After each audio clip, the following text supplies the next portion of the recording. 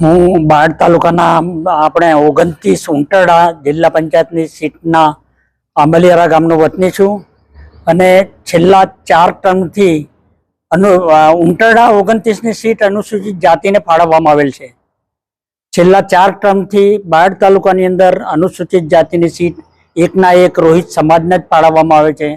આ વખતે અમે 15 દિવસ પહેલા પ્રમુખ સાહેબને જિલ્લા પ્રમુખ સાહેબને ઉગ્ર રજૂઆત કરી હતી કે અમે વખતે અમારા સક્ષમ ઉમેદવાર દાવેદાર છે અને અમારી વણકર જ્ઞાતિના ઉમેદવારના આ વખતે ઇગ્નોર કરવામાં આવ્યો છે।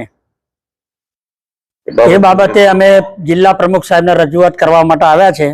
જિલ્લા પ્રમુખ સાહેબ અમે આવ્યા ને એવા નીકળી ગયા કે હું બહાર જઉં છું, એટલે પ્રમુખ સાહેબ એવું કહીને ગયા છે કે હવે બધું પતી ગયું છે, હવે કોઈ રજૂઆત કરવાની રહેતી નથી।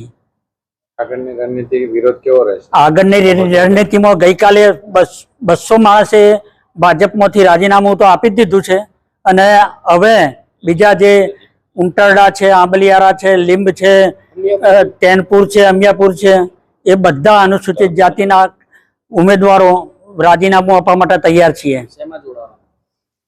અત્યારે એક કોઈ છે નહીં, અમે છેલ્લા ઘણા વર્ષોથી ભાજપ સાથે સંકળાયેલા છીએ।